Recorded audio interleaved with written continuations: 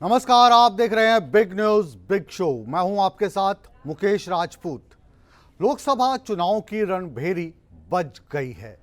देश की 543 लोकसभा सीटों पर 7 चरणों में चुनाव होंगे। 19 अप्रैल को पहले चरण में 102 सीट पर चुनाव होंगे। 26 अप्रैल को दूसरे चरण में 89 सीटों पर चुनाव होंगे। 7 मई को तीसरे चरण में 94 और 13 मई को चौथे चरण में 96, 20 मई को पांचवें चरण में 49, 25 मई को सातवें चरण में 57 और सातवें अंतिम चरण यानी 1 जून को 57 सीट पर चुनाव होंगे। चुनावों के नतीजे 4 जून को आएंगे। तो अभी जो प्रेस कॉन्फ्रेंस की गई, चुनाव आयुक्त ने एक बहुत ही खूबसूरत सा शेर कहा कि दुश्मनी करो तो जम के करो, दुश्मनी करो तो जम के करो, मगर ख्याल इतना रहे फिर कभी दोस्त बन जाएं तो शर्मिंदा ना हो। इसी नोट पर अलग अलग पार्टियों के प्रतिनिधि अब हमारे साथ जुड़ेंगे। उनसे हम बात करेंगे कि चुनावों की तारीख की घोषणा तो हो गई है, लेकिन तैयारी कैसी है, जनता के बीच आप जाएंगे किन मुद्दों को लेकर। जो सत्तारूढ़ पार्टी है उनसे सवाल पूछेंगे कि आपने ऐसा 5 साल में क्या किया कि दोबारा आपको लेकर आएँ, और विपक्ष से सवाल पूछेंगे कौन से मुद्दे हैं जिनमें कमी रहेगी और इनको भुनाने के लिए आप मतदाताओं के पास जाएंगे, उनका मत अपने पक्ष में करने के लिए आप कन्विंस कर पाएंगे। सबसे पहले आइए चलते हैं, हरियाणा के एक मंत्री हमारे साथ हैं, मूलचंद शर्मा जी। आप का बहुत बहुत स्वागत है सूर्य समाचार पर। अभी आपको मंत्री जी ही मैं कह पाऊंगा क्योंकि अभी विभाग का जो बंटवारा है वो होना बाकी है। तो मूलचंद जी, अब आपको जिसका इंतज़ार था, भारतीय जनता पार्टी को जिसका इंतज़ार था, देश को जिसका इंतज़ार था, वो घड़ी आ गई है।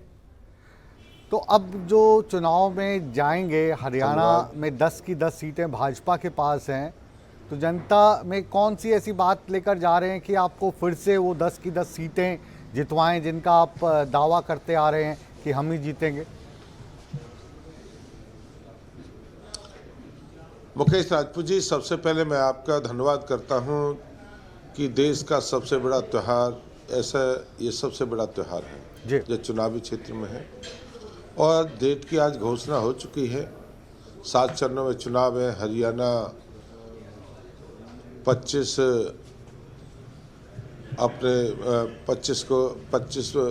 मई जी और 25 मई को चुनाव होने वाले हैं,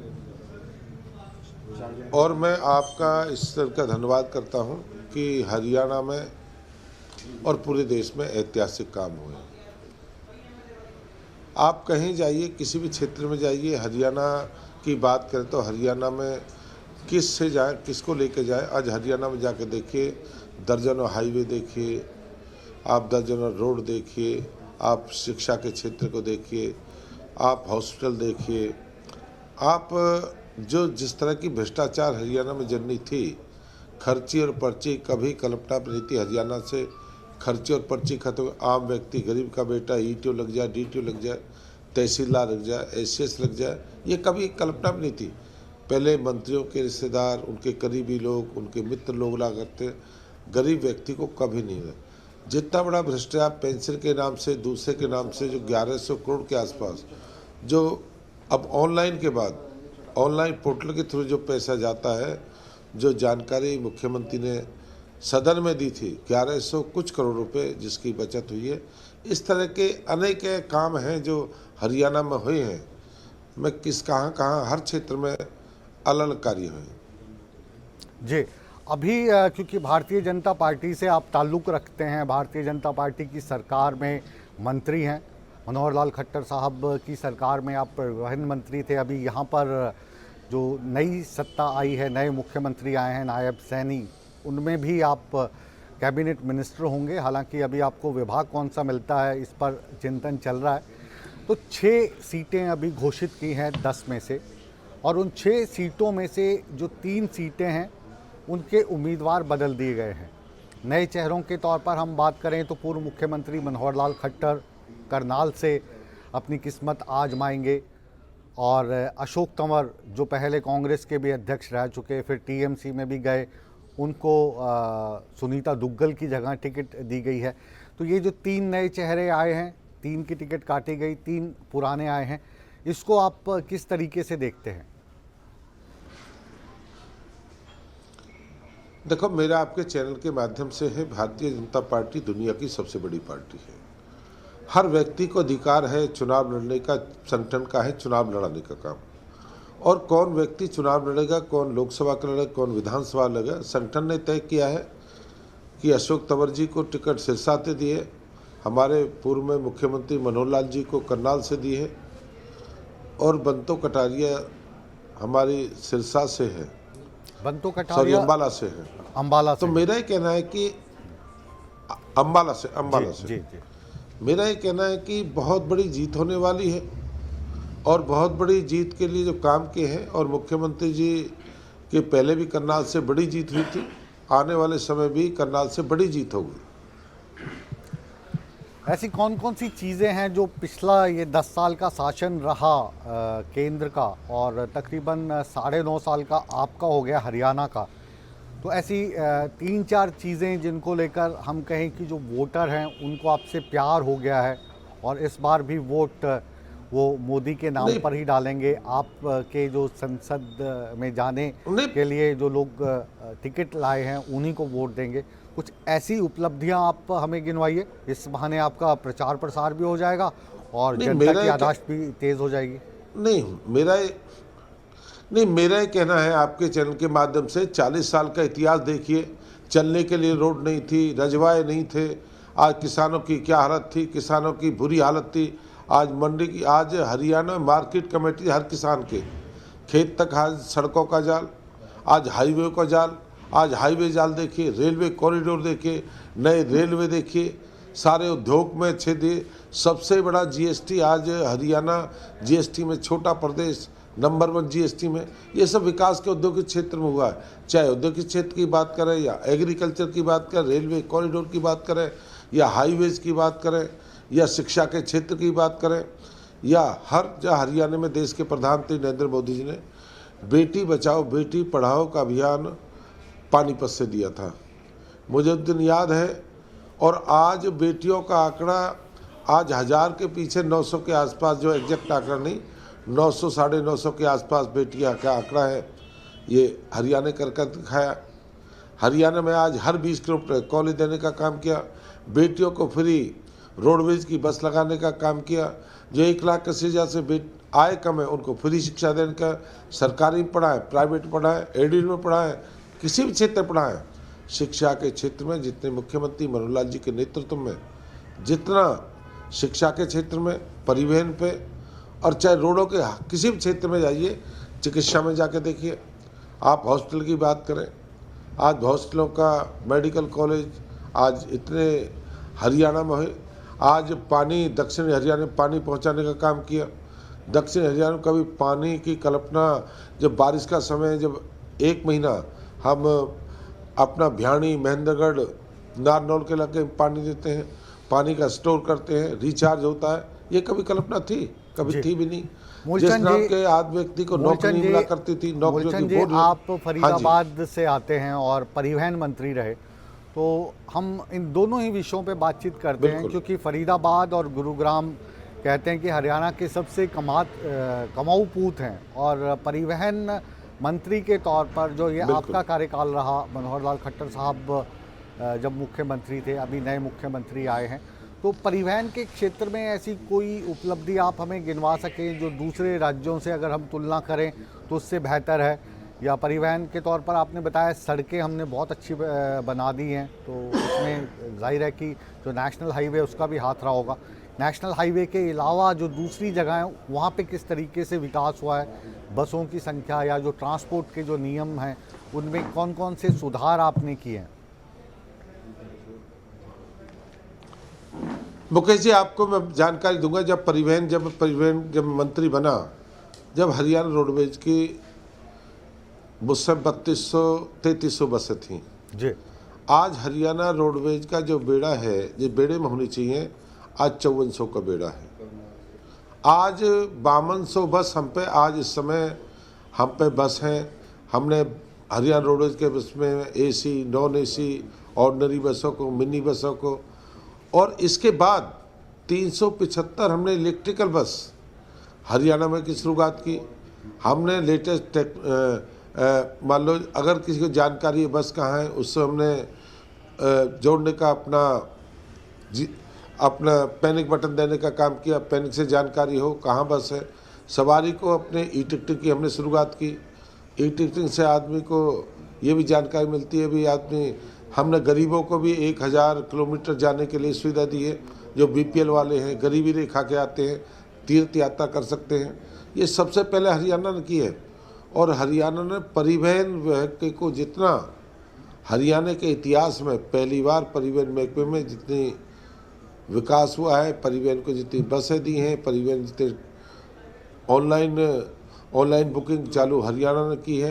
तो मेरा ये कहना है कि रोडवेज में बस स्टैंड देखिए आप, सब डिपो देखिए, हरियाणा के बस स्टैंड एक से एक बढ़िया 5 स्टार है। तो मैं कहता हूँ एक क्षेत्र या अनेक क्षेत्रों में हमने परमिट, प्राइवेट के जो गरीब रेखा उनको भी परमिट देने के लिए प्रक्रिया हमने चालू की है। जी, जो पिछला चुनाव था 2014 की बात नहीं कर रहा हूँ मैं, 2019 की बात कर रहा हूँ। वो एक ऐसा चुनाव था कि आमतौर पर जो सांसद चुन के जाते हैं वो प्रधानमंत्री बनाते हैं, लेकिन 2019 के चुनाव की ये खासियत थी कि मोदी साहब के नाम पर जो भी भारतीय जनता पार्टी में सांसद का उम्मीदवार हुआ वो उस लहर में सांसद बन गया। उसको कोई ज़्यादा मेहनत नहीं करनी पड़ी, क्योंकि हर एक आदमी ने जो वोट डालना था वो नरेंद्र मोदी को प्रधानमंत्री बनाने के लिए ही डालना था। तो आज की तारीख में भी क्या वही हवा बह रही है, या जो आपने उम्मीदवार अब चुनेंगे, 6 चुन लिए हैं आपने, 4 और चुनेंगे, उसमें से उनको खुद की भी मेहनत करनी पड़ेगी, कैंपेनिंग वगैरह पे जाना पड़ेगा, या मोदी नाम से नैया पार लग जाएगी? मुकेश जी, सबसे पहले आपके चैनल के माध्यम से कहूँगा, देश के प्रधानमंत्री आदरणीय नरेंद्र मोदी जी के नेतृत्व में ये चुनाव है। और चुनाव पे क्या है कि हर व्यक्ति कहता है कि भाई देश का प्रधानमंत्री कौन है। जहाँ मोदी जैसे देश के प्रधानमंत्री हैं और उनको हर व्यक्ति चाहता है कि देश का प्रधानमंत्री नरेंद्र मोदी जी को होना चाहिए, और इसे लोग वोट डालेंगे कि सारी दुनिया में हम सब लोगों का, हिंदुस्तानियों का जो सम्मान बढ़ा है, सम्मान के साथ हमारी इज्जत होती है। बच्चे नौकरी करने जाएं, शिक्षा के क्षेत्र में जाएं, व्यापार के क्षेत्र में जाएं, देता सम्मान सारी देश और दुनिया में हमको मिला है। और मोदी जी के नेतृत्व में आज हर व्यक्ति, पढ़ा लिखा, चाहे मजदूर है, कर्मचारी है, व्यापारी, सब मोदी जी को पसंद करता है। हाँ, जहाँ प्रत्याशी भी का भी एक है, प्रत्याशी कैसा है, प्रत्याशी का क्या उसका अभाव है, क्या सामाजिक क्षेत्र है। मैं कहता हूँ आज लोग वोट ज़्यादा से ज़्यादा देश के प्रधानमंत्री नरेंद्र मोदी जी को चाहते हैं कि देश के प्रधानमंत्री नरेंद्र मोदी जी को बनाना है। और जो 400 पार का नारा दिया है सरकार का, गठबंधन का, उस लक्ष्य को लेकर आम व्यक्ति, गरीब व्यक्ति भी कहता है कि मैं मोदी को वोट दूंगा, मैं कमल को वोट दूंगा, मैं बीजेपी को वोट दूंगा जी। तो मेरा कहना है कि आम व्यक्ति मोदी को पसंद करता है। मोदी पहली पसंद है देश की। प्रत्याशी अगर कोई कम, उसको भी नहीं देखना, कहते मोदी जी को वोट देना है। ये सबसे बड़ी कभी कल्पना भी नहीं थी। कभी रजवाड़े हुआ करे, छोटे छोटे रजवाड़े होके 40-40 लेके वो प्रधानमंत्री बनाते थे। सरकार 2 साल चलती थी, 1.5 साल चलती थी, फिर उसके बंटवारे, कौन मंत्री रहेगा, कौन नहीं रहेगा। ये पहली सरकार ऐसी है जहाँ 10 साल में जो कहा वो करके दिखाया। और मोदी जी बहुत पुरस्कार, चाहे 370 की बात करी, या 35 की बात करी, या राम मंदिर की बात करी, या किसी भी क्षेत्र में जो कहा वो करके दिखाया।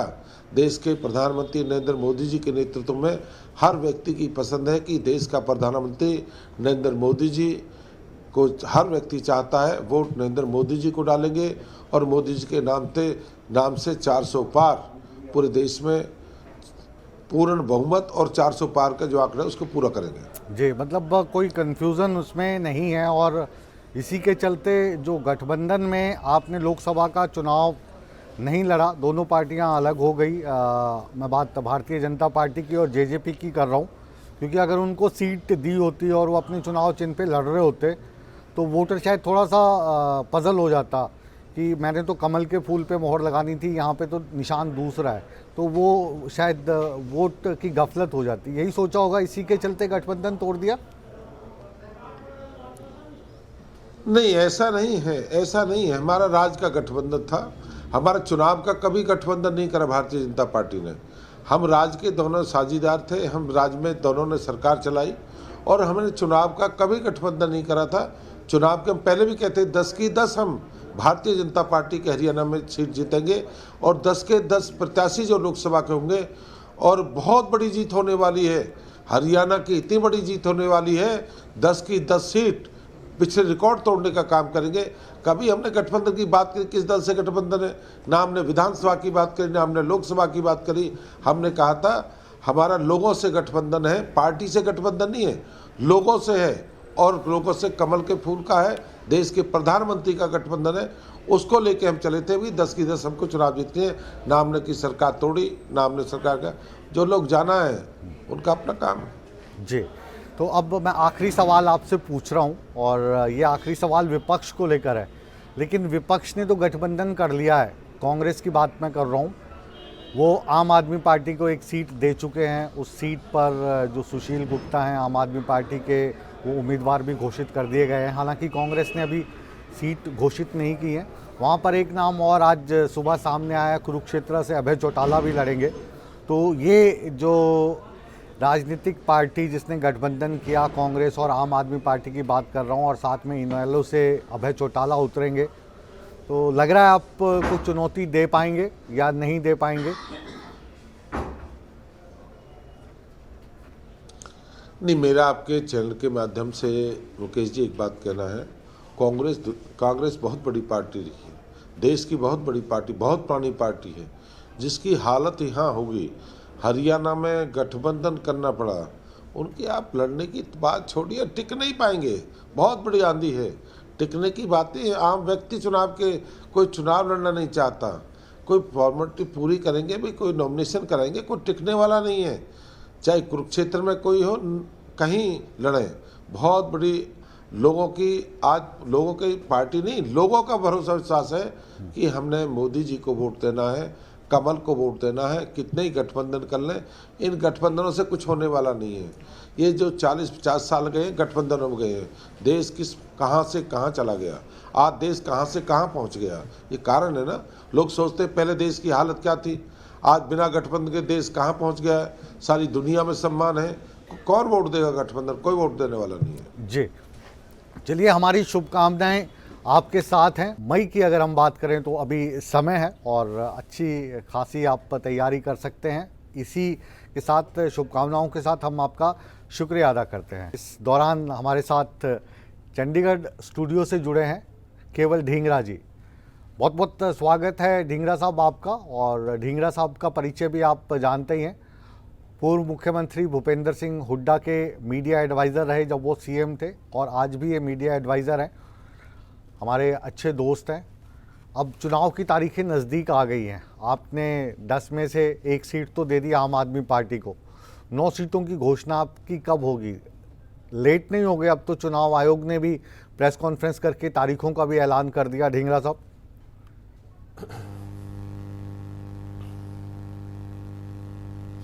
देखिए 18 तारीख को हमारी मीटिंग है दिल्ली के अंदर, और उसके बाद अभी क्योंकि हरियाणा स्टेट का मुझे मालूम नहीं है कब होगा, लेकिन अभी तो मई और जून की डेटें हैं, तो यहाँ भी अपना कार्रवाई कर रही है पार्टी, और वहाँ भी दिल्ली में भी सारा सीईसी लगी हुई है। अभी हमारी करीबन 82-84 सीटें आ चुकी हैं और बाकी के लिए भी तैयारी हो रही है, और सभी 543 सीटें जो हैं, और उसका चुनाव जो है इंडिया गठबंधन की तरफ से सारी सीटें लॉन्च हो जाएंगी और हरियाणा की भी हो जाएंगी।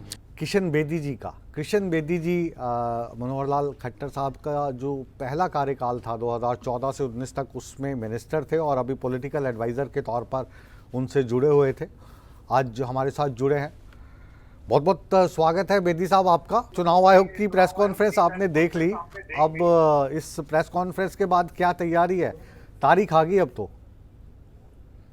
देखिए, चुनाव आयोग ने आज बहुत 7 चरण में देश का चुनाव जी करने की घोषणा कर दी है। और जो जो एहतियात बरतने के लिए देश के मतदाता को हाँ और चुनावी पार्टियों को और प्रशासनिक अधिकारियों को जी और सुरक्षा से जुड़े हुए सभी बंधुओं को जो जो दिशा निर्देश चुनाव आयोग ने दिए हैं, हाँ वो इस लोकतंत्र की मजबूती के लिए, इस लोकतंत्र को ताकत देने के लिए बहुत महत्वपूर्ण सुझाव है। मैं स्वयं से अपनी पार्टी की तरफ से भी मैं आपको विश्वास दिला रहा हूँ, और हम प्रयास करें कि अन्य दल भी इन सभी जो जो गाइडलाइंस इलेक्शन कमीशन ने हमको दिए हैं उसका अनुपालन करना चाहिए, जी और ताकि जो हमारे देश का लोकतंत्र है पूरी दुनिया के अंदर एक जिसका नाम है, जिसके लिए लोग एक पहचान के तौर पर जी इस देश की लोकतंत्र का लोग उदाहरण देते हैं, जी अनुपालन वो तो लोकतंत्र बेदी हमारा साहब, जिंदा है। अनुपालन तो अब जो चुनाव आयोग है वो करवा लेंगे, क्योंकि अब आचार संहिता लग गई है। तो अब चाहे पार्टी सत्तारूढ़ पार्टी हो या फिर विपक्षी पार्टी हो, अब उनके हाथ में अनुपालन करने के अलावा और कुछ रहता नहीं है, क्योंकि जब आचार संहिता लग जाती है तो फिर सर्वे सर्वा जो हैं वो चुनाव आयुक्त होते हैं और हर पार्टी की हर हरकत पे नज़र रखी जाती है। जो कांग्रेस पार्टी है उसने गठबंधन किया है आम आदमी पार्टी से और एक सीट उनको दे दी है। आपने गठबंधन नहीं किया, आप में जो राज्य में जिनके साथ गठबंधन था वो भी अलग हो गए।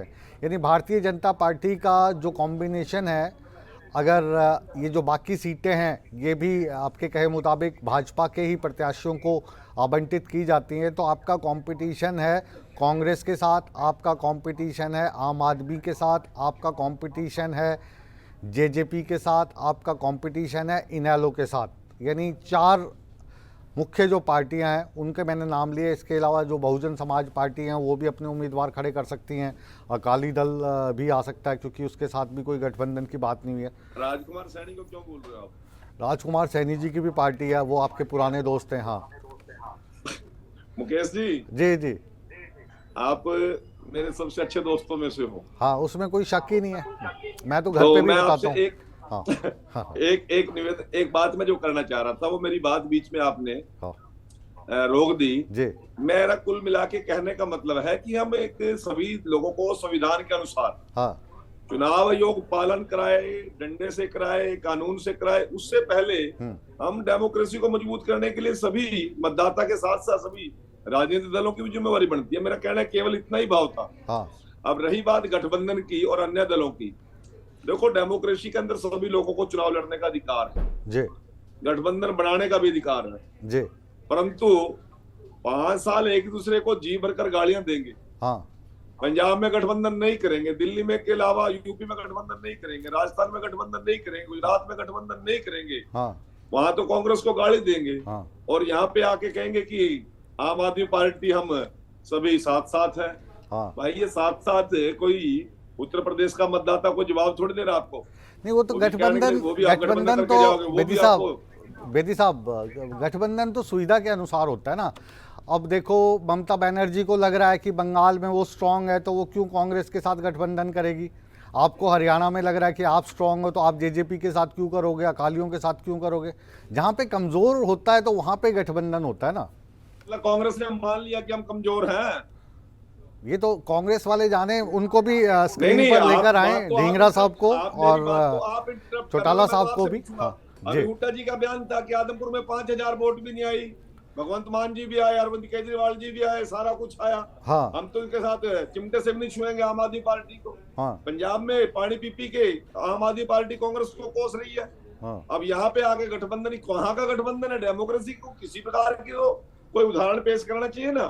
जी ये तो दुनिया के अंदर, मेरी भी आज 55-57 साल की एज हो गई है। हाँ और लगभग मैं 35 साल से हाँ राजनीतिक पार्टी में काम कर रहा हूँ। हाँ। गठबंधन हमने भी किए हैं, ताऊ देवीलाल जी के साथ भी किए हैं, हाँ। हमने बंसीलाल जी के साथ भी किए हैं, भजनलाल जी के साथ भी किए हैं। जी परंतु हाँ। ये थोड़ी है कि हम यूपी में जाकर ताऊ देवीलाल जी को या चौटाला जी को गाली देते थे हाँ या राजस्थान में जाके गाली देते थे। हाँ मेरा कहने का भाव ये है कि आम आदमी पार्टी के साथ जो कांग्रेस ने गठबंधन किया है, ये लोगों को ना हजम होने वाला गठबंधन है।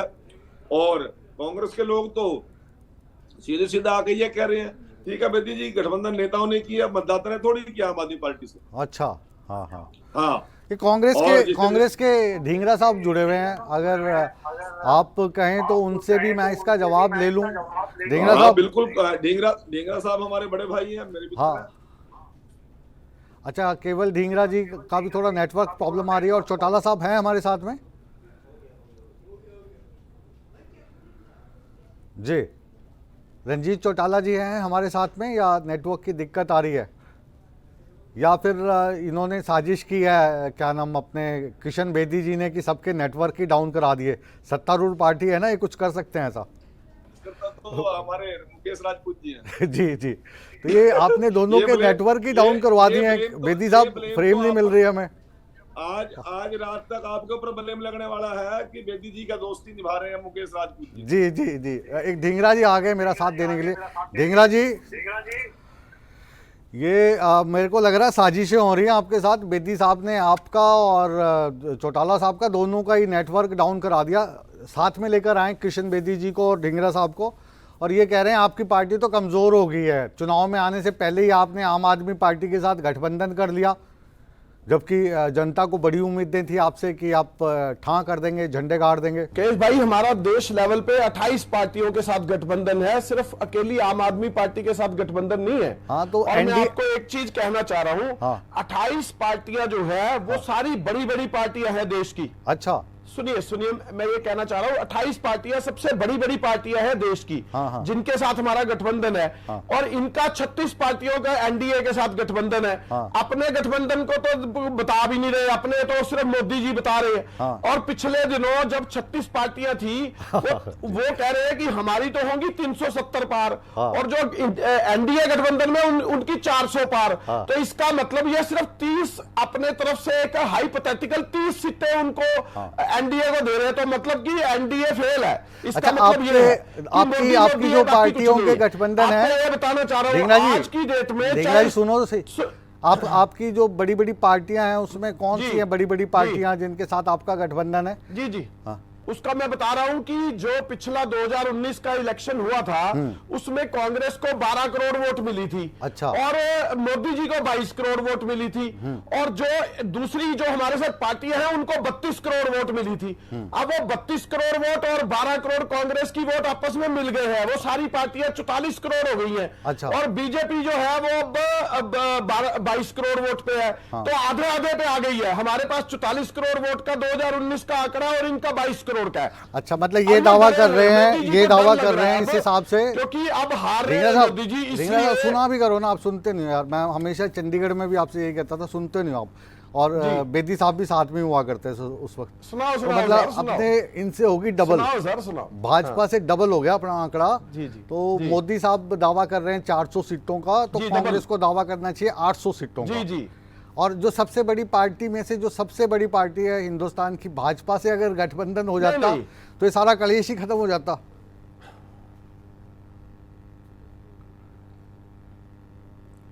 हरियाणा में भी ये 75 पार के नारे दे रहे थे, 40 पर रह गए थे।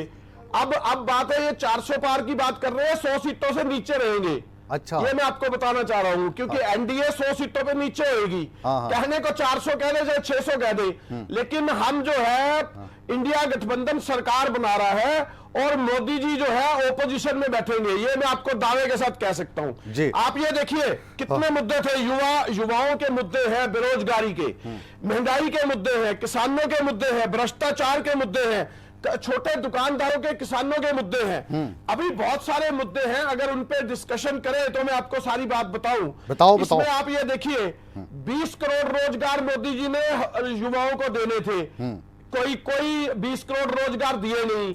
अब महंगाई की मार से लोग दुखी हैं। हाँ। चाहे वो पेट्रोल हो, सीएनजी हो, आटा हो, नमक हो, चावल हो, खाने पकाने के तेल हो, दूध हो, सब महंगा हो चुका है। जी। जीएसटी की लूट कर रही है सरकार लगातार, किसानों के साथ धोखा कर रही है सरकार। आप ये देखिए, 3 काले कानून बनाए थे सरकार ने, और उसके बाद मोदी जी ने माफी मांग करके वापस ले लिए। 750 किसान शहीद हो गया। अभी देखिए, बेटी बचाओ बेटी पढ़ाओ के नारे थे। आप ये देखिए, कुलदीप सेंगर, ब्रिजभूषण शरण सिंह, संदीप सिंह, ये रमेश कौशिक एक नए एमपी एक सोनीपत से, सबकी वीडियो वायरल हो रही है। सब जो है महिलाओं के अपराधों में फंसे पड़े हैं, और ये मोदी जी बेटी बचाओ बेटी पढ़ाओ के नारे ले रहे हैं। किशन बेदी हमारे जी, जो सोनीपत किशन के बेदी जी MP हमारे साथ अभी हैं। मौजूदा बेदी MP साहब, है ये BJP के, जो उनको हटाया नहीं आरोपों जा की रहा। झड़ी, संदीप ये जो सिंह आरोपों MLA की उनको हटाया नहीं झड़ी जा रहा। ढींगरा जी। साहब लगा रहे हैं, ये आरोप जो है, हम कहे कि आरोप मात्र हैं, या जो अभी चुनाव आयोग एक शेर कहे गए और वो पॉलिटिकल पार्टीज़ के लिए कहा है। बेदी साहब को भी लाइए स्क्रीन पर, कि बहुत मशहूर शेर है और आमतौर पर कहते रहते हैं कि दुश्मनी करो तो जम के करो, दुश्मनी करो तो जम के करो, ख्याल मगर इतना रहे कि फिर कभी दोस्त बन जाएं तो शर्मिंदा ना हो। तो आज ढींगरा साहब कोई ऐसी बात तो नहीं कर रहे हैं कि कल फिर आमने सामने बैठेंगे तो कहेंगे कि अरे बेदी साहब वो टीवी पे तो बोलना होता है ना, इसलिए बोल दिया था? कोई ऐसी बात आपको लगी हो? मुकेश जी, जी पहले तो आप ढींगरा साहब से एक प्रॉमिस ले लो। हाँ मैंने इनको इंटरप्ट नहीं किया बिल्कुल भी, हाँ एक एक वर्ड सुना है। हाँ, तो इनसे पूछो कितनी देर चुप रह सकते हैं, मैं उतनी देर ही बोलूंगा। ये तो ना ढींगरा साहब बता सकते ना मैं बता सकता, जब इनके मन में आएगी बोल लेंगे ये। तो आप बोल लो, टाइम मत वेस्ट करो। मेरी बात, हाँ जी। इन्होंने पहला वादा ये बताया है कि हमारा कितने 22 दलों से गठबंधन है इनका, हाँ या 28 से जो बोल रहे थे। हाँ मैं केवल एक सुझाव के तौर पे कह रहा हूं, क्या जब ये 17 सीटों पे उत्तर प्रदेश में समझौता कर रहे हैं अखिलेश से, क्या आम आदमी के पार्टी के लिए 2 सीटें भी अखिलेश नहीं छोड़ सकते थे क्या, या ये अपनी 15 नहीं रख सकते थे क्या? अब अखिलेश का गठबंधन सवाल करना आप तो इनसे पूरे क्यों देश में पूछ रहे करो। हो? नहीं, मैं पूछ रहा हूं ना इनसे। अच्छा, मैं यही तो विचारधारा की लड़ाई है। हाँ अखिलेश केजरीवाल को गाली देगा, कांग्रेस दोनों से प्यार करेगी, बिहार के अंदर लालू यादव इनको प्यार करेगा, अरविंद केजरीवाल लालू यादव को चारा चोर बताएगा। ये जम्मू कश्मीर के अंदर अब मुफ्ती मोहम्मद से सलाह मशवरा करेंगे या फारूक अब्दुल्ला से करेंगे, पता ही नहीं अभी। तो मेरा कुल मिला के कहने का मतलब है कि ये बेहिसाबा और बेढंगा गठबंधन है जिसको जनता ने नकार दिया। नंबर 1 की बात सुन लो जी। नंबर 2 पे इन्होंने कहा है कि भारतीय जनता पार्टी की 100 सीटें या जनता एनडीए की 200 सीटें बताया, कितनी बताए, कितनी सीट बताई थी इन्होंने? अब आपने मना किया ना इनको बोलने के लिए, तो बता नहीं रहे। मैं तो आपसे पूछ रहा हूँ, बताई थी आपके सामने? नहीं, खुद बताएंगे। ढींगरा साहब, अब आप बोल सकते हैं। 100 से नीचे, 100 से भी नीचे, मैं तो कह रहा हूँ 100 से भी नीचे सीटें रहेंगी भाजपा की, ये एनडीए गठबंधन की। मैं तो ये कह रहा हूँ, और इंडिया गठबंधन सरकार अब बनाएगा। सुन लो ढींगरा जी, अब सुन लो, पता लग गया उनको 100 से नीचे बोला आपने। हाँ जी, सीटें रहेंगी, मैंने मान लिया इनकी बात को। जी जी। परंतु हाँ। 4 जून को जब काउंटिंग होगी, हाँ फिर ये इनसे एक कसम ले लो, एफिडेविट ले लो आप, हाँ। कि ईवीएम का रोना नहीं रोएंगे ये, हाँ हाँ या फिर धाड़ा मार मार के रोकते हैं। हाँ। आपके चैनल पर जहाँ रोकते पे हैं। आज तो ये जो उनके दिल में आ रहा है बोल देते हैं। जहाँ पे सही परंतु जब रिजल्ट आते हैं, हैं, बेदी जी इस बात से मैं बिल्कुल सहमत नहीं हूँ। जहाँ पे सही रिजल्ट आते हैं, जहाँ पे कांग्रेस की सरकार बनती है, चाहे वो हिमाचल में बने, कर्नाटक में बने, इन्होंने कभी कोई शिकायत नहीं की, क्योंकि वहाँ पे फेयर होते हैं इलेक्शन। क्यों ढींगरा साहब? मैं जो कह रहा हूँ मेरी बात पूरी नहीं हुई है।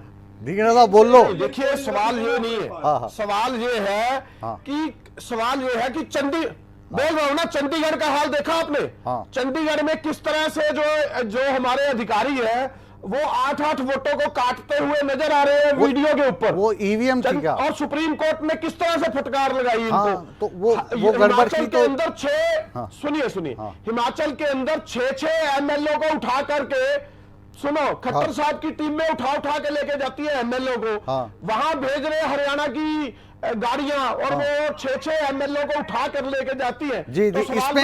इसमें सुनो, इसमें मैं आपसे बिल्कुल एक ना, सरकार, ढींगरा साहब ये अलग मुद्दा लेकर आ गए। जो हिमाचल के मुख्यमंत्री हैं, हमारे बहुत अच्छे दोस्त हैं, यूनिवर्सिटी के सीनियर हैं, लेकिन एक मुख्यमंत्री जो पूरे प्रदेश को चला रहा है, उसके एमएलए को उठाकर हरियाणा की जो भाजपा सरकार है वो ले जाती है। ये कितनी शर्मनाक बात है। एसपी उसका, डीजी उसका, कानून व्यवस्था, उसकी इंटेलिजेंस, यही तो उसकी, कह रहा हूं। तो वो वहां पे क्या कर रहे थे? अगर वो उठा के ले गए तो नो, नो, उठा के नो। नहीं ले गए, वो उसको आराम से जनता ने गए, वोट किसको दिए? वो आराम से गए वहां पर। नहीं नहीं, हाँ। उस 6 ना मुकेश जी, ये मुद्दा नहीं है। मैं हाँ, तो मुद्दे से आप भटके थे, मैं लेके आया आपको आप मुद्दे सुने पे। सुने, हाँ मैं ये कह रहा हूं, उन 6 एमएलए को वोट किसने दी थी? जनता ने। हाँ कांग्रेस को दी थी ना। हाँ। नहीं, 6 एमएलए को कांग्रेस को वोट दी थी ना। हाँ, तो धोखा उनका कौन क्या कर रहा है? अधिकार बनता है उनको उठाने का? धोखा कौन जब कर रहा है? वोट कांग्रेस को मिल वोट रही दी है थी, 6 एक मिनट MLA कांग्रेस को वोट दी देखिए, थी, धक्का बिल्कुल लग रहा है लॉजिकल ना बात मेरी। होती है। एक मिनट, कांग्रेस वालों को आप वोट दी सुनिए, थी। एक आप मिनट, सुनिए, एक मिनट, ये ढींगरा साहब, एक लोकतंत्र नहीं मिनट, है। ढींगरा जी, एक मिनट, ये- कांग्रेस को वोट दी थी। मुकेश- वो जो 6 विधायक थे, कांग्रेस के नाम पर चुन के आए थे, लेकिन उनको सुखविंदर सिंह सुक्खू ने मंत्री नहीं बनाया या चेयरमैन नहीं बनाया, तो वो नाराज हैं और वो वहां से फिरक गए। तो इसमें भाजपा का कहां से रोल आ गया, ये बताइए आप। नहीं, नाराजगी कोई नहीं है उनकी। अच्छा। उनको कितने, नहीं, आप अभी फिर दूसरे पे आओ, फिर भ्रष्टाचार पे आओ। आप ये बताओ, इलेक्ट्रॉनिक बॉन्ड में जो इलेक्ट्रल बॉन्ड के एक स्कैम पॉइंट हुआ पे अभी नहीं अभी, रुकोगे। हाँ। ये जो अंडरहैंड चल रहा है अभी, हाँ। जो ये अपने आंकड़े जो है देश में नहीं दे रहे। हाँ। सुनिए सी ना, जो आंकड़े एसबीआई नहीं दे रही थी, उनको भी रोकने के लिए, इसका मतलब मोदी जी ने जोर लगा रखा था ना। जब सुप्रीम कोर्ट ने फटकार लगाई तो वो आंकड़े निकल के आए बाहर। हाँ। और उसमें ये देखे हाँ। कि पाकिस्तान से भी इंडिया के अंदर फंडिंग हो रही है, तो राष्ट्रवाद कहां गया हमारे देश का? अभी ये वाली इसका जो मतलब बातें कर रहे हो ना मोदी जी को आप, नहीं पता लग रहा कि सुनो ढींगरा साहब, ये पाकिस्तान जो से बातें funding कर रहे हो, हमारे इंडिया में आ रही है। ये अपने पूर्व ये भी खेल है। मुख्यमंत्री दूसरी बात सुनिए। भूपेंद्र और सिंह बता रहा हुड्डा की एक फेवरेट और लाइन बता रहा थी, हूं। ये हाइपोथेटिकल है। और अभी बता सुनिए, रहा हूं। आपको नहीं पता किसको कितना दिया, और वो जो आंकड़ा आया है उसमें 6,000 नहीं, करोड़ नहीं, से ज्यादा अभी भाजपा एक को मिला है। मिनट, सुन एक लीजिए, मिनट, सुन लीजिए, आप थोड़ा रख दे, मैं बात कर रहा हूँ ना, एक मिनट सुन लीजिए, आपको भी सुनिए, सुनते हैं ना, हम भी, है ना। उसमें 1,600 करोड़ कांग्रेस को भी गया है। हम ये कह रहे हैं कि ये मुद्दा नहीं है। 6,000 करोड़ मिला है। हैं? हाँ, बिल्कुल मिला है, लेकिन हाँ। लेकिन जो जहां, हाँ। सर नहीं है मुद्दा। इसके साथ साथ बता रहा हूं ना, जो जो जो एजेंसियां हमारी उसके पीछे काम कर रही हैं, उस कंपनी को पहले इनकम टैक्स की रेड मारते हैं और फिर उसके पैसे जो है भाजपा के खाते में जमा होते हैं। इसके ऊपर क्वेश्चन मार्क है या नहीं है? तो जो आप ये बताइए, क्वेश्चन मार्क जो जो है, कंपनियां वो अभी इनकम टैक्स की रेड मारी गई है, ये हमारी एजेंसियां हैं भारत की। एक मैं आपको और वो- लॉजिकल सुनिए, चीज वो समझाना अभी चाहता आंकड़े आए नहीं, हूँ। आंकड़े सुन भी आ रहे लीजिए, हैं। सुन 6,000 लीजिए, करोड़ में ही आंकड़े हैं वो। अरे सुन तो लीजिए गुरुजी, एक मिनट मेरी बात सुनिए। 6,000 अभी करोड़ एक में मिनट, ही वो मैं आपको आंकड़े समझाता हूँ ना हैं। एसबीआई 6,000 बॉन्ड करोड़ का। में ही है, मैं जो आज, भाजपा को मिले हैं। अरे गुरुजी एक मिनट बात सुनिए आप, मैं एसबीआई बॉन्ड का जो अभी तक का घटनाक्रम है वो आपको समझाता हूँ। हो सकता है मंडे को बदल जी, हाँ जाए। जी। अभी घटनाक्रम ये है कि जो एसबीआई का इलेक्ट्रो समझाइए। बॉन्ड था, वो किसी समझे। कंपनी ने खरीदा, उस कंपनी का नाम है एसबीआई के पास, फिर वो किसी पॉलिटिकल पार्टी को दिया, उस पॉलिटिकल पार्टी ने जिसने उसको भुनाया उसका नाम है। लेकिन वो जो पॉलिटिकल बॉन्ड जिस पे आज की डेट में आप आरोप लगा सकते हो, मंडे को हो सकता है कि वो आरोप आपका गलत निकले या सही निकले। तो वो कौन सी कंपनी थी जिस पे रेड मारी? वो कंपनी तो नहीं थी जिसको कांग्रेस एक मिनट में को दी बताता थी, हूं। ये पता ही नहीं मैं है सर बताता अभी। हूं, तो इस मैं वाली बता बात रहा पे हम डिस्कशन नहीं करते हैं। सुनिए, बात चुनाव आयोग की ये जो प्रेस कॉन्फ्रेंस है मैं बता रहा हूं और ना, ये जो थोड़ा सा- चुनाव होने थोड़ा सा वाले हैं, एक इस आंकड़ा पे बात दे दूं? हो रही है। हाँ, आपकी नॉलेज के लिए भी थोड़ा सा आंकड़ा दे दूं? दीजिए। सर थोड़ा सा आंकड़ा देता हूं इसी का। दीजिए। एक मेगा इंजीनियरिंग कंपनी है, हाँ। हमारे हर देश के अंदर सड़कें बना रही है। उसके ऊपर पहले इनकम टैक्स रेड मारती है, फिर वो बॉन्ड खरीदे जाते हैं। उसकी डेट और टाइमिंग पे सवाल है। फिर वो बॉन्ड खरीदे जाते हैं और वो खाते में जमा हो रहे हैं। फिर उसके बाद मेगा कंपनी फिर रोड बनाती है, फिर उसके ऊपर इनकम हाँ, टैक्स वही मैं समझा रहा था। आप सुनते नहीं है ना, और वो बॉन्ड दिए जा आप रहे हैं। सुनते नहीं तो हो, वो कौन से खाते आप में जमा सुनते हो नहीं रहे हो, हैं? आप सुनते नहीं हो, यही सवाल की बात आप कर रहा हूं। सुनते नहीं हो। ये- वो ये जो ऐसी कंपनियां अभी आज की तारीख में, आज की तारीख में खाते में 6,000 करोड़ है। वो कितनी सारी कंपनियां अरे हैं? सुनिए 20-30 ढींगरा साहब, कंपनियां हैं, 30 कंपनियां। ये बड़ा मुश्किल है आपके साथ। मैं कह रहा हूं आज की इनकम तारीख टैक्स में, की आप सुनो, आपको पता है मैं हमेशा तर्क पे आधारित बात करता हूं। आज की तारीख में आपको ये पता ही नहीं है कि जिस कंपनी का आप मेगा का, रेखा का, शीला का नाम ले रहे हो, उस कंपनी ने जो बॉन्ड खरीदे हैं वो दिए किसको हैं।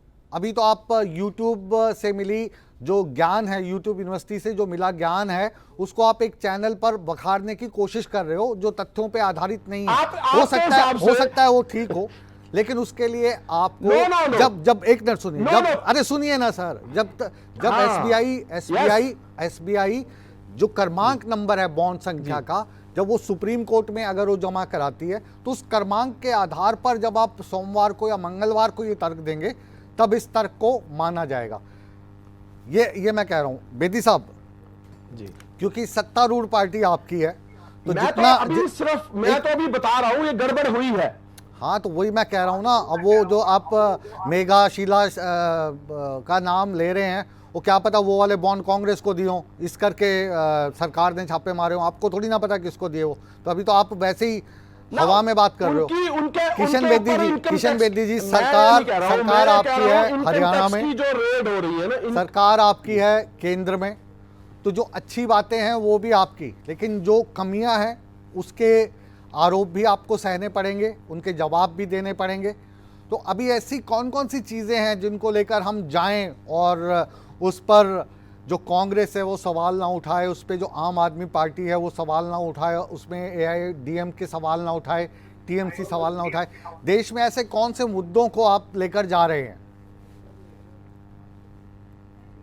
आप भी लगातार इनको रोकने की कोशिश कर रहे हैं, पर ये केवल जी की ये आदत है किसी भी मुद्दे पे कोई बात ना तो सुनेंगे ना उसको सुनने का रिप्लाई देने की बात होती है। अब यदि बोलने पे आ जाऊं तो फिर मैं तो रुकूंगा ही नहीं, मेरे को तो रोकने वाली हिम्मत ही नहीं है। परंतु बिना सिर पैर की बात करके अब हमें देश भर का मतदाता देख रहा है। आप मेरे को पता, आप दोनों बहुत गहरे दोस्त हो, ये भी मेरे को पता, और ये मैंने दर्शकों को भी बता दिया। मैं जहाँ खड़ा था, मैं जहाँ से खड़ा था, अब केवल जी को बोल दीजिए, मत बोले। मैं यहाँ खड़ा था कि ये कह रहे थे कि एनडीए की 100 से नीचे कम सीटें आएंगी। ये चीज मैं कह रहा हूँ, रिकॉर्ड कर ले कि ये 4 जून को फिर चिल्लाएंगे नहीं। एक बात। दूसरी बात, आप ऐसा मौका दोगे इनको, आप ऐसा मौका दोगे कि 4 जून को ना चिल्लाएं? रिजल्ट अगर इनके पक्ष में आएगा तो बिल्कुल नहीं चिल्लाएंगे। दूसरी बात, ये लोग किस प्रकार के आरोप लगा रहे हैं, महंगाई का लगाएंगे, कभी किसी चीज का लगाएंगे, कभी किसी, केवल जी की आदत है बिना सिर पैर की बात करेंगे।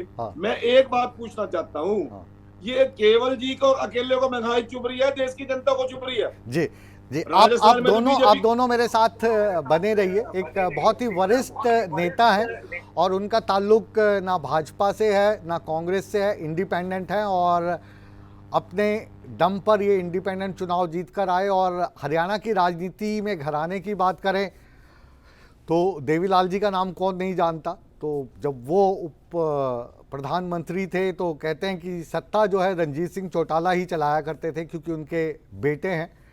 चौटाला साहब अभी मेरे साथ स्क्रीन पर किशन बेदी जी हैं, आप जानते हैं, केवल ढींगरा जी हैं, तो इनको भी मैं स्क्रीन पे ले रहा हूँ। तो अच्छी अच्छी बातें आप कहेंगे और ये सुनेंगे, और आप से हम ये भी जान लेंगे कि ये जो चुनाव है इनमें किन मुद्दों का ध्यान रखना चाहिए पार्टी के तौर पर, कार्यकर्ता के तौर पर, और कैसे अपनी पार्टी को जिताया जाता है, कैसे अपने संगठन को मजबूत किया जाता है। चौटाला साहब, चौटाला साहब आपका एक बार फिर स्वागत है। और लगातार जो है फोन लाइन में दिक्कत आ रही है, जिसके लिए हम आपसे माफ़ी चाहते हैं।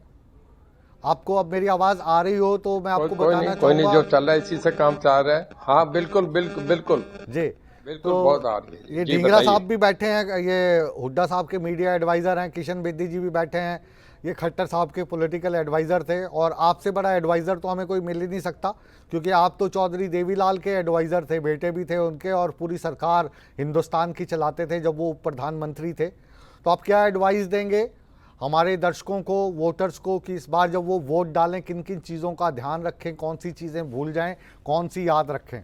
जी, भारत से बड़ा कोई डेमोक्रेटिक देश नहीं हो सकता। मैं आपको एक बता रहा हूँ, 1977 में जब चुनाव हुआ था, मुझे पता नहीं दूसरे जो लोग बैठे हैं ये उम्र में कितने बड़े हैं, मैं 75 क्रॉस कर गया। मैंने वो वक्त देखा 1977 का, जब स्वीट हुआ था, और उस वक्त गार्डियन जो इंग्लैंड का सबसे बड़ा अखबार है उसने लिखा था।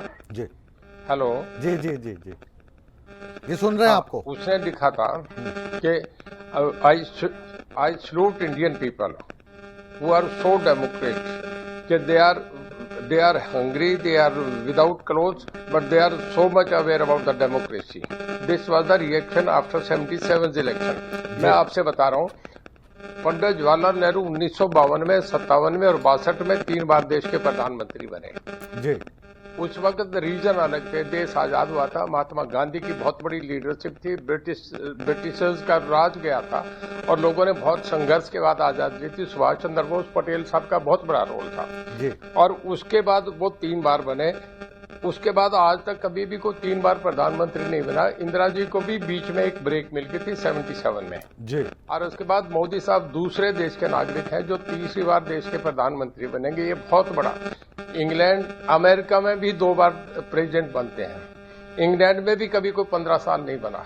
मैं ये समझता हूँ कि इतना अभूतपूर्व समर्थन किसी भी नेता को नहीं मिलता। जी तो चौटाला साहब के मुताबिक जो कांग्रेस पार्टी है इस वक्त वो लीडरशिप के कारण डगमगा रही है और जिसके कारण जो नतीजे वो लाना चाहते हैं वो नहीं ला पा रही है। लोग देखिए, मैं आपसे बता रहा हूँ, एक बार मैं आपसे बता रहा हूँ, जेपी मूवमेंट आया था 1977 में। मैंने सब वक्त देखते, मैं लोगों की नब्ज कर जाता हूँ। देखिए 1970 में जब चुनाव हुआ तो लोगों ने केवल जयप्रकाश के नाम की वोट दी, किसी दूसरे का नाम ही नहीं था, जेपी मूवमेंट। और उसके बाद जब नेता का चुनाव हुआ तो इस पे महात्मा गांधी की समाधि पे सब एमपीज गए थे। जो चरण सिंह के साथ जो उनका लोक दल था उसमें 84 एमपीज थे और बीजेपी के 56 एमपीज थे, कांग्रेस के 16 मेंबर थे और आपके चंद्रशेखर बहुगुणा जी के इनके 21 मेंबर थे। और वहां जाके जयप्रकाश ने नाम रख दिया कि मोरारजी भाई देश के प्राइम मिनिस्टर होंगे। लोगों ने मोरारजी भाई को मान लिया, जेपी मूवमेंट था, सारा कुछ वो था। एक दोबारा एक वक्त आया जिस वक्त जो देवलाल वीपी सिंह का मूवमेंट आया था, पूरे देश में जो उन्होंने, जो देवलाल ने कहा वीपी सिंह प्रधानमंत्री बनेंगे, उन्हें हटा दिया, चंद्रशेखर बना दिए। आज मोदी साहब का वक्त है, पूरे देश में नॉर्थ साउथ ईस्ट हर जगह बढ़ते जा रहे हैं। अभी आप देखना तमिलनाडु में 5-7 सीटें आएंगी, उड़ीसा टोटल इनका हो जाएगा। वेस्ट बंगाल में, मैं आप लिख लेना मैं जो कह रहा हूँ, वेस्ट बंगाल में आज 18 सीट हैं, ये 23-24 भी क्रॉस करेंगे, हर जगह बढ़ते जा रहे हैं। और यूपी, बिहार, मध्य प्रदेश, गुजरात, राजस्थान, ये हरियाणा, दिल्ली, हिमाचल, ये पहले की तरह रिपीट होंगे। जी जी, आपसे मैं माफ़ी के साथ आपसे विदा चाहूँगा क्योंकि जो ऑडियो है, आपकी जो आवाज़ है वो साफ़ नहीं आ रही। हालांकि जो बातें हैं आपकी हम समझ पा रहे हैं। दोबारा से आपके साथ मैं जुड़ूंगा, लेकिन अभी के लिए मैं माफ़ी चाहूँगा और एक बहुत बहुत शुक्रिया आपका करूँगा। वापस रुख करते हैं एक बार हम किशन बेदी जी का, भारतीय जनता पार्टी के प्रवक्ता के तौर पर, नेता के तौर पर, एडवाइज़र के साथ हमारे साथ जुड़े हैं और केवल ढींगरा जी कांग्रेस के प्रवक्ता, एडवाइज़र के तौर पर हमारे साथ जुड़े हैं। अंतिम सवाल आपसे किशन बेदी जी, अब क्योंकि रणभेरी बज चुकी है और 10 की 10 सीटें जो हैं उसमें आपने इंडिपेंडेंट को या किसी दूसरी पार्टी को उसमें गठबंधन नहीं करना है, तो अब कौन कौन सी ऐसी चीज़ें हैं जिनको ले जा रहे हैं आप और कह रहे हैं कि हमें वोट दो, सपोर्ट करो, हमें फिर से लेकर आओ?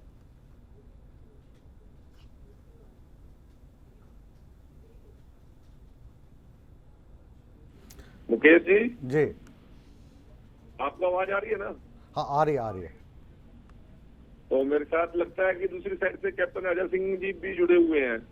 अच्छा, रंजीत चौटाला जी चले गए अभी हैं? हाँ, रंजीत चौटाला जी चले गए क्योंकि थोड़ा सा आवाज़ में दिक्कत आ रही थी और मुझे सबसे ज़्यादा शक आप पे ही है कि आपने थोड़ा सा नेटवर्क गड़बड़ करवाया है। तो, अरे भाई साहब, मुझे क्यों? जी। मेरा विषय उसमें रह गया था पूरा। हाँ, आपकी आवाज़ अब थोड़ी दबी दबी आ रही है। इस विषय को आगे रंजीत चौटाला जी ने बढ़ा दिया। हाँ। और केवल हरियाणा के 1-2 जिलों में घूम के ये जी हाँ खानचित्तर हाँ रंजीत चौटाला जी ने बड़े आराम से और ठीक तरीके से खींच कर दिया। हाँ। परंतु अब ये जाके रुकेंगे हिमाचल पे, हमारे 6 विधायक हाँ। तोड़ लिए। हाँ। फिर चले जाएंगे ये आम आदमी पार्टी की चेयरमैनशिप मेयर की ले ली। हाँ। अरे भाई, आप लोगों को कोई एमएलए को किडनैप किया, एमएलए को उठाया, सुक्खू सरकार ने कहीं एफआईआर कराई क्या? हाँ, बताइए ना। ये दिन के एमएलए किडनैप, अरे वो अपनी मर्जी से आए हैं, उनका असंतोष और सरकार के ऊपर विश्वास ही नहीं है। हाँ। उस मुख्यमंत्री पे विश्वास नहीं है। उनका कैबिनेट मंत्री कहता है विक्रमजीत सिंह, स्वर्गीय वीरभद्र सिंह जी का बेटा, हाँ। कि हमें तो अपने मुख्यमंत्री पर विश्वास ही नहीं है, हाँ। और यहाँ पर बैठकर ये आरोप हम पे लगाएंगे। अब दूसरी बात मैं कहना अच्छा, चाहता आप था, नाराज ना हो, आप नाराज ना हो। ऐसे एक बार कैप्टन अजय यादव जी हमारे साथ हैं, जो आप दोनों के ही वरिष्ठ हैं, उनसे भी एक बार लेते हैं, फिर ढींगरा साहब और आप तो बने हो। कैप्टन साहब, ये झंडा देख रहा हूँ गले में डाल रखा है, कांग्रेस का साथ सबका विकास, जी जी क्या नारा दे रखा है आजकल आपने? है जी। क्या नारा दिया आज आपने? नारा हमारा यही है कि इस बार चुनाव जीतें और इस बार जो है बेहतरीन प्रदर्शन होगा हमारा। जी। और ये जो 25 मई है, हाँ। ये बहुत ही बेहतर प्रदर्शन करेंगे। आपने देखा होगा कि अभी जो स्टेट बैंक ऑफ इंडिया को ये जो बॉन्ड दिए थे, इलेक्ट्रोल बॉन्ड्स, हाँ। हाँ। वो इतना निकला है, 8500 करोड़ है, उसका इनको जवाब देना।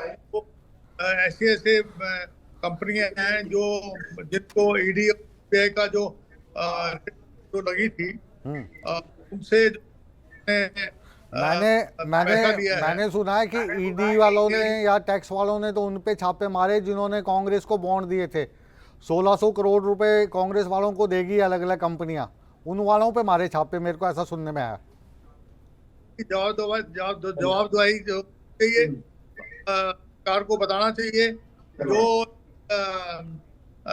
गैम्बलिंग करने वाली जो कंपनी है, उससे पैसा तो लोगों का काम एक ही है, खरीद फरोख्त करना और लोकतंत्र की हत्या करना। अभी हिमाचल के बारे में जिक्र कर रहे थे। अरे भाई, हिमाचल में आपने जो है धन बल का, हेलीकॉप्टर का, सीआरपीएफ का दुरुपयोग किया आप लोगों ने, और लेकिन उसके बावजूद भी आप सरकार नहीं गिरा सके। आप जो है, आपने राजस्थान में प्रयास किया, वहां आप विफल हो गए। लेकिन मेरा ये कहना है कि ये जो मिलता था आपको, जो बड़े बड़े पूंजीपतियों से पैसा मिलता था, उसका दुरुपयोग करके तुम लोगों ने हत्या की। तो आप चाह रही है, कभी पुलवामा अटैक के नाम से आप जो है जनता को भड़काते हैं, बाल कटो में अटैक कर देते हैं, पिछली बार जीत गए। इस बार भगवान राम के नाम से उनकी भावनाओं से खेलते हैं। अरे कॉलेज खोलो, स्कूल खोलो, हॉस्पिटल खोलो, IIM खोलो, IIT खोलो, पूरे देश के अंदर जो है जितने भी जो काम हुए हैं, आज चाहे हमारे जो एस्ट्रोनॉट्स हैं, अगर उन्होंने अगर वहां पर चांद तक पहुंचे हैं, ये सब जो है आइसरो किसने बनाया था, ये भाखड़ा डैम किसने बनाया? तो ये भारतीय जनता पार्टी वाले, इनका केवल एक ही काम है कि लोगों की भावनाओं से खेलना, और केवल एक ही मकसद है कि किस प्रकार से जो चुनी हुई सरकारें हैं उनको गिराने का काम करना है, और ईडी का दबका लगा के जो है लोगों को अपनी पार्टी में ले रहे हैं। बिल्कुल। आप जो ये सारे आरोप लगा रहे हो, ये हमारे साथ भारतीय जनता पार्टी के पूर्व मंत्री हैं हरियाणा के, ये भी मंत्री रहे हैं खट्टर साहब की सरकार में 2014 से 19 तक, किशन बेदी जी। ये जो कैप्टन अजय यादव कह रहे हैं, आप वरिष्ठ नेता हैं, ये जो आरोप लगा रहे हैं, इनके आरोपों में काफ़ी दम है, और ये जो आरोप लगा रहे हैं, इनके आरोपों का कैसे जवाब दोगे आप? मैं आदरणीय कैप्टन अजय सिंह यादव जी हमारे बड़े आदरणीय हैं, बड़े लंबे समय तक हरियाणा सरकार में वजीर रहे हैं, कई बार लगातार विधायक रहे, और हमारे साथी भाई चिरंजीव भी आज के दिन इनके बेटे विधायक हैं। मैं इनका बड़ा सम्मान करता हूं। परंतु पिछले 10 साल पहले तो देश के अंदर लगातार 10 साल सरकार कांग्रेस की थी। तब पश्चिम बंगाल में लोगों ने वोट क्यों नहीं दिया इनको? वहां तो ईडी नहीं थी उस समय, तो ईडी इनके पास थी। उड़ीसा में किसी ने इनको वोट नहीं दिया, तमिलनाडु में इनको किसी ने वोट नहीं दिया। पिछले 25-30 साल से उत्तर प्रदेश में कोई इनका विधायक नहीं बन रहा है। इसी प्रकार से बिहार के अंदर समझौते कर करके 2-2, 4-4 सीटें लेके ये गुजारा कर रहे हैं। गुजरात में तो इनका नामो निशान मिट गया। अब आज ईडी पे आरोप लगाएंगे, जब इनकी केंद्र में सरकार थी तब किसी ने इनको वोट दिया नहीं, पंजाब में इनकी एंट्री नहीं थी। अब कौन सी बातों का बिना वजह सिर पैर के आरोप लगाना कोई शोभनीय विषय नहीं है। बात आएगी, मुद्दों की बात आएगी, विचारधारा की बात आएगी, सोच की। आपको राम मंदिर बनाने से किसने रोका था जनाब? आप तो 6 बार विधायक रहे, 7 बार। हमने तो नहीं रोका आपको राम मंदिर मत बनाओ। आप तो जब तो आप कहाँ पे मक्का मदीना के लिए लोगों को सब्सिडी दिया करते थे, वहां के उन लोगों को जहाज बुक करा कर दिया करते थे, तब तो राम आपको याद नहीं आया। आप लोग एफिडेविट देते थे सोनिया जी के द्वारा कि राम का तो अस्तित्व ही नहीं है, राम सेतु ही नहीं है दुनिया के अंदर। आज राम मंदिर बन गया, करोड़ों करोड़ों लोगों की आस्था का प्रतीक बन गया। राम आज राम आप लोगों को परेशानी होगी। राम राम आज राम के नाम पे वोट मांग रहे। आप हमने तो कैप्टन एक बार अजय भी जी नहीं से कहा कि ऐसे राम के नाम पर वोट देते। कैप्टन हम तो अजय एक जी से बात आप ऐसे बात करोगे राम के नाम पर तो वो ठीक नहीं रहेगा। बहुत धार्मिक आदमी है कैप्टन अजय यादव जी भी, लेकिन ये कह रहे थे कि भाई उसके अलावा और काम करो। जैसे ये कह रहे थे हमने इसरो बना दिया, 2 जो हमने एस्ट्रोनॉट थे उनको चांद पे पहुंचा दिया। राकेश शर्मा जब गए थे तो इंदिरा गांधी पूछ रही थी कि हिंदुस्तान कैसा दिख रहा है आपको, तो राकेश शर्मा कहते थे मैडम सारे जहां से अच्छा। जम्मू कश्मीर के अंदर तो हाना वो हो वाली रहा चीजें था, बोल रहे हैं उन ये। लोगों को पढ़ने का अधिकार नहीं था, उनको नौकरी का अधिकार नहीं था, उनको चुनाव लड़ने का अधिकार नहीं था। कांग्रेस की काली करतूतों की वजह से आज हमने धारा 370 तोड़ के उन लाखों लाखों परिवारों का मान सम्मान बढ़ाने का काम किया। आपके समय तो आतंकवादी आते थे, अहमदाबाद में बम ब्लास्ट, दिल्ली में बम ब्लास्ट, सूरत में बम ब्लास्ट, बेंगलोर में बम ब्लास्ट। आज आके दिखाए ना आतंकवादी।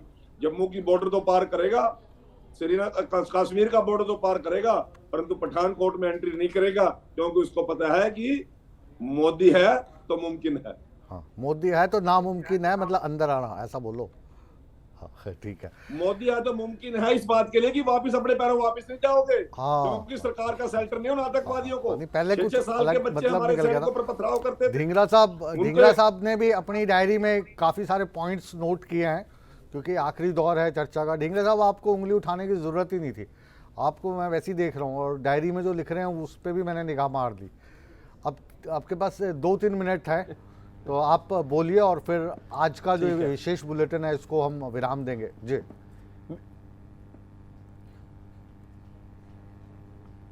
देखिए, मैं ये कहना चाह रहा हूं, केरल में बीजेपी नहीं है, तमिलनाडु में बीजेपी नहीं है, आंध्रा में बीजेपी नहीं है, कर्नाटक में बीजेपी नहीं है, झारखंड में बीजेपी नहीं है, हिमाचल में बीजेपी नहीं है, तेलंगाना में बीजेपी नहीं है, उड़ीसा में बीजेपी नहीं है, पंजाब में बीजेपी नहीं है, वेस्ट बंगाल में बीजेपी नहीं है। तो जो नई स्टेटों में बीजेपी जहां नहीं है, उसके लिए हम तो नहीं इनको कुछ कह रहे, लेकिन ये हमें कह रहे हैं कि स्टेट में हम नहीं है। एक तो सवाल यानी तो कई स्टेटों में नहीं है, पूछूंगा कितनी स्टेटें गिना दी आपने? ढींगरा साहब, क्योंकि आप सबसे प्यारे मित्र हैं हमारे, ये कितने स्टेट हैं जिनमें बीजेपी नहीं है? सुनिए जी, कितने स्टेट हैं ये तकरीबन? जी गिन के बताओ, जी, गिन के बताओ कितने मैं स्टेट बता दी ना, कितने हैं? 2, 4, 6, 10 स्टेटों में बीजेपी नहीं है। बस तो एक मीठा 10 स्टेट में बीजेपी नहीं बस है। एक छोटा सा जो प्यारा मैंने गिनाई प्यारा आपको सा 10 एक स्टेट है जिसमें बीजेपी नहीं है। एक मासूम सा सवाल है, ये जो 10 स्टेट आपने गिनाए, यहाँ पे जो चुनाव थे ये बैलेट पेपर से हुए थे या ईवीएम लगी थी यहाँ पे? हाँ, नहीं, ये सवाल नहीं है, सवाल दूसरा है। इसके साथ साथ बताना चाह रहा हूं ना, हमारे पास तो देखो ना ईडी है, ना इनकम टैक्स है, ना इलेक्शन कमीशन है। हम मोदी सरकार सत्ता में रही है, हम तो ओपोजिशन में बैठे हैं ना। ये जो इनकम टैक्स की रेड होती है और उसके बाद कंपनी जो है वो फटाफट बॉन्ड स्कैम खरीदती है, वो तो हम नहीं ना कर सकते। हम इनकम टैक्स नहीं भेजते, फटाफट एसबीआई से बॉन्ड खरीदे। ये तो कौन खरीद रहा है, कौन इनकम टैक्स की रेड मार रहा है, ये सोचने का विषय। हम तो ओपोजिशन में बैठे हैं, हमारे पास तो ये इनकम टैक्स हमारे अंडर में नहीं है। ये जिसके अंडर में है, सवाल तो उससे पूछना चाहिए ना कि वो इनकम टैक्स की रेड हुई और पैसा आ गया, तो ये कैसे आ रहा है? अब इसमें क्या है कि जो ये एसबीआई बॉन्ड वाला है ना सर, इसमें एसबीआई बॉन्ड वाला है ना जी, ये वो हमाम है। एक मिनट माफ कीजिएगा, एक मिनट, ये वो हमाम है ढींगरा साहब जिसमें सभी नंगे हैं, बस अमाउंट का फर्क है, किसी को ज़्यादा मिल गया है, किसको कम मिल गया है। अब कांग्रेस भी उसमें इस तरीके से तो शामिल नहीं है कि कांग्रेस ने वो बॉन्ड्स लिए ही नहीं है। 1600 करोड़ का आंकड़ा तो आपका भी आ गया है। ये सत्तारूढ़ पार्टी थी, इनका ज़्यादा आ गया है, जो आपसे कमज़ोर थे उनके कम आ गए। लेकिन कोई शायद ही कोई पार्टी है जिसने उसको लेने से मना कर दिया है, तो इस आरोप में तो दम लगता नहीं है। सुनिए, नहीं, चंदा लेना जुर्म नहीं है सर, चंदा लेना जुर्म नहीं है, चंदा जबरदस्ती लेना जुर्म है। जबरदस्ती चंदा कैसे प्रूव धक्के से करोगे लेना, आप? पहले इनकम टैक्स की रेड करो और फिर चंदा लो, वो जुर्म है, वो अपराध की श्रेणी में आता है। उसके लिए फिर मैंने आपसे देखो अभी 10-15 मिनट पहले बात की थी, उससे फिर क्रमांक आने दो पहले उसका बॉन्ड का, फिर इस विषय पे अलग से बात कर लेंगे। अभी नहीं लगा सकते आप आज की डेट में ये आरोप।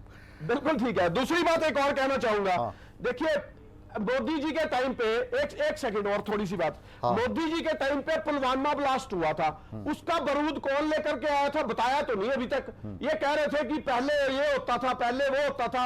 ये भी तो बताओ कि पुलवामा में ब्लास्ट लेकर के कौन आया था मोदी जी के टाइम पे जो हुआ था, जिसपे हमारे इतने सारे फौज के जो जवान मरे थे, उसका भी तो मोदी जी बताए ना कि कैसे कैसे हुआ ये काम और किसने किया। आप तो सबसे क्योंकि पुरानी इनका पार्टी मामला के है, सबसे पुराने सिर्फ प्रवक्ता रेट लेनी है, हैं। किसी बहुत भी सारी चक्कर चीजें में। ऐसी होती हैं जो राष्ट्र के हित में डिस्क्लोज नहीं की जाती हैं, और खास तौर से जो अपनी एजेंसीज हैं उन चीज़ों को डिस्क्लोज नहीं करते हैं क्योंकि वो राष्ट्र हित में नहीं होती हैं। वापस एक बार कैप्टन अजय यादव जी का हम रुख करेंगे। आखिरी सवाल आपसे कैप्टन साहब, क्या तैयारी है आपकी? देखिए, एक तो मैं आपसे कहना चाहूँगा कि टाइम में 370 जो है धारा इन्होंने हटा दी, और उसके बाद वहाँ रोज ऐसा दिन होता जहाँ हमारे जवान शहीद नहीं होते हैं।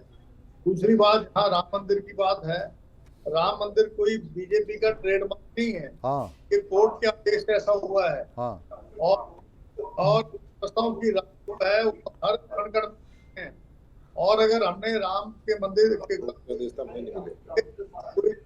बात कब नहीं करता, और अगर कोई इसका तारे खोले थे राम मंदिर आज खोले थे, इसका मकसद ये है कि ये देने की बात करते हैं। तीसरी बात जो है, इन्होंने कहा कि जो है इनके राज जो है कि बहुत बढ़िया हमने काम कर दिया, राम मंदिर बना दिया। राम मंदिर आप बढ़ाओ, आपने बनाया और कोर्ट के आदेश से बनाया है, लेकिन ये इनका कोई नहीं है।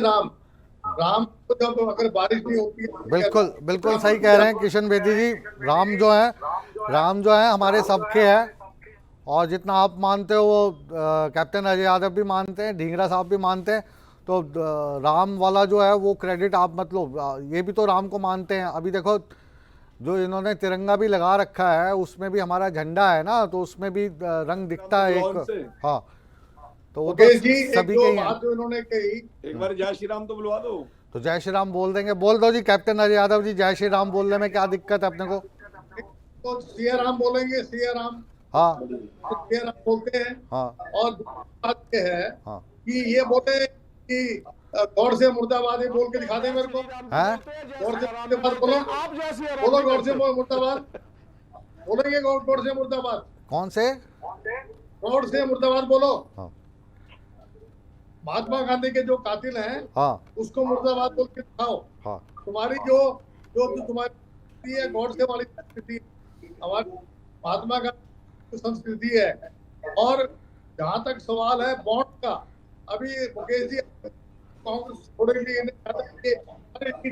इनकम टैक्स रेड होने के बाद, और फिर वो 14 ऐसी कंपनियां जिन्होंने इनको पैसे दिए, तो वो क्या है, वो एक्सटॉर्शन है। उसके बारे में मंडे को डिस्कशन करेंगे जब ये लिस्ट आ जाएगी।